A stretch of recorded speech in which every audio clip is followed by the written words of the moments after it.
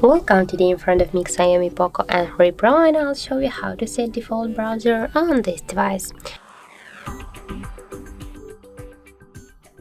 So first you should go to the settings and scroll down to the apps.